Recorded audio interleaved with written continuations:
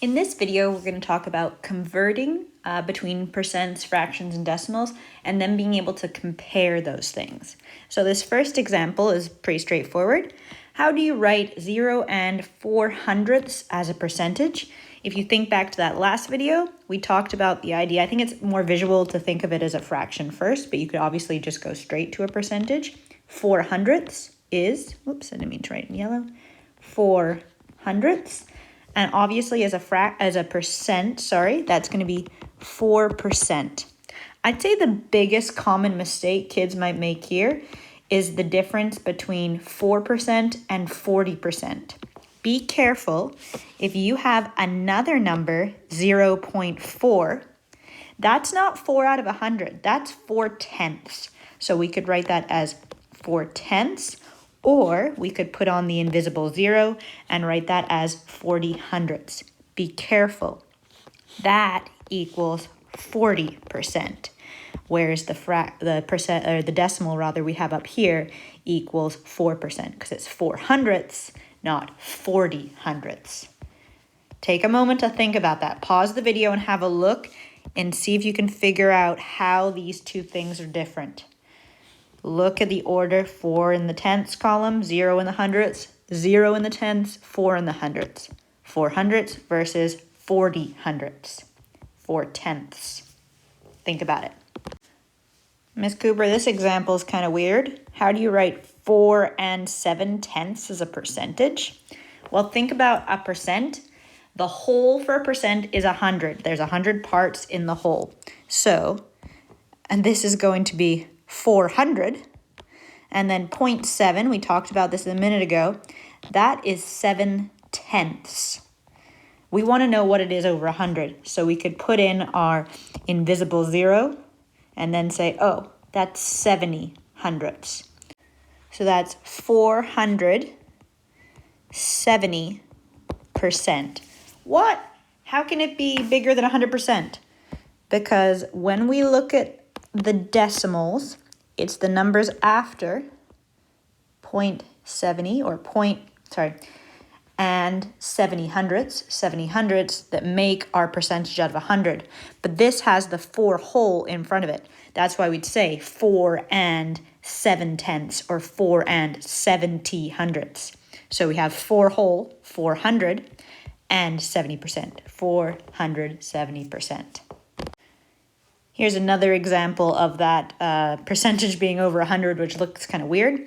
How do you write 888% as a fraction or a mixed number? And I'm going to get us to write it as a decimal. But think, okay, I remember mixed numbers. We're talking about the number of whole, and then percent is out of 100. So I hope you realize from that last explanation that 800% would be 8 whole, and then we have 888%, so 88 out of 100. 8 whole and 88/100ths, 888%. We could also write this as 8.88, 8 and 88/100ths, same thing. In this next example, they're asking us to compare the percents. Which sign makes the statement true? This is a really straightforward one. What's bigger, 81% or 82%? I think you know that if your phone is charged at 82%, it's slightly more charged than it was at 81. So that is bigger, or we could say 81% is less than. This example is slightly trickier because we're not just comparing two percentages right against each other. We have a fraction versus a percent. Which sign makes the statement true? So we need to change them so they're the same. There's a couple ways we could do it. My instinct is to say, okay, I'm going to change the 3/5 to a percent. I think we did this in example just a little bit ago. If it's going to be a percent, it has to be over 100. And I know that 5 times 20 is 100, so I'm going to go 3 times 20. So I know it's 60 over 100, 60/100ths, or 60%. So this one is obviously equal. We could have changed the 60% into a fraction, which would kind of be the opposite of what we just did.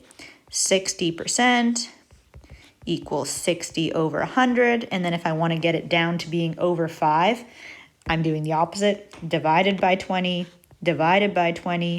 equals 5, and then 63/5, and you would have again seen that they were equal. The other thing you could do is use a calculator. So in my calculator, I'd enter 3 divided by 5, and it tells me it equals 0.6, which I'm hoping you're starting to recognize. I like to add the little invisible 0 so it's easier for me to see. 60 hundredths, or 60 over 100, 60 hundredths, or 60%. Again, proving they are equal.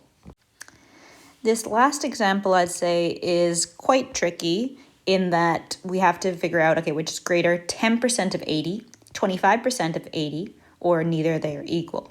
We haven't really talked about how to do this yet. That's sort of going to be the focus of the next practice task, but because you're going to encounter likely these types of questions in the comparing percents to each other in fractions, we're going to need to know how to do it. So let's start with the 10% of 80. So the most visual way for me to explain this would be to say, okay, it wants us to say like what's essentially a tenth of 80. So it's going to get us to split the 80 up into 10 different pieces, which visually that would be, okay, 8, 8, 8, 3, 4, 5, 6, 7, 8, 9, 10. So there's 80, and I've split it into like 10%, so tenths, because remember 10% is the same as 1/10. It's the same as 0.1. You could say it's the same as 10 over 100, all these different things, but I split it into 10 equal parts, and then I can see that one of those parts is 8. So 10% of 80 is 8. That's one way to see it. It's not really the way that I would go about it, but it just gives you that visual representation of these are all 10% of 80. The next thing I'm going to show you is kind of more of a trick. When you go to a restaurant, you usually tip between 10, 15, 20%. So you want to be able to find 10% of something easily. So there's a little bit of a trick to that. First, you need to recognize, I hope you can answer before I write it, where the invisible decimal on whole number 80 is. I'm hoping you said right after the 0. So to find 10%, you simply have to move the decimal one place to the left. So 10% of 80 is 8, as we've just said. So if you go out, you spend $80 on a meal, you want to tip 10%, you're going to give them $8. If you're feeling generous, you want to tip them 20%. If we know 10% is 8, then to get 20%, we're going to just double that, $16. Just a little bit of life skills for you there. The last way I'm going to show you is, again, using the calculator, because as your questions get more complex, you need to do this faster. That's probably the way you're going to do it. I'm trying to think of a way to explain why this works, but really it's kind of what you did up here, but we're doing it in a calculator. We need to figure out what 10% is as a decimal, which we already did here. We know 10% is the same as saying 10 over 100, which is the same as saying 0.10, or you could just enter it into your calculator as 0.1. So when we want to find 10% of 80 in our calculator, we are going to go 0.1 times 80. That's going to tell us what 10% of 80 is. So I'll type that in, and obviously my answer again is 8. So I'll keep all that up in the corner over here. 3 different ways to get the same answer. 10% of 80 is 8. Now we're going to look at 25% of 80. Again, my first instinct, if I wasn't great with my multiplication, would be to type it into the calculator. And this time, I want to say, okay, what's 25% as a decimal? Well, I know 25% means 25 over 100, which can be written as 0 and 25 hundredths. So I'm going to go 0.25 times 80. I know it's going to tell me that my answer, without even doing it, is 20. Because think about what 25% is. And again, this is just as you get more familiar with the numbers, you're able to take sort of shortcuts. 25% is the same as a quarter. So if I split 80 into 4 groups, 4 equal groups, I should say. So I'll do that over here. I'm going to have 20, 20, 20, 20. Boop. I've split it into quarters because remember 25 over 100, 25 hundredths is equal to 1 quarter. And again, my answer here is 20. So just looking at the question itself, which is greater? Obviously, 25% of 100, or sorry, of 80 is the bigger number. Hope that helps. Good luck with this section, and we'll try this again in the next section.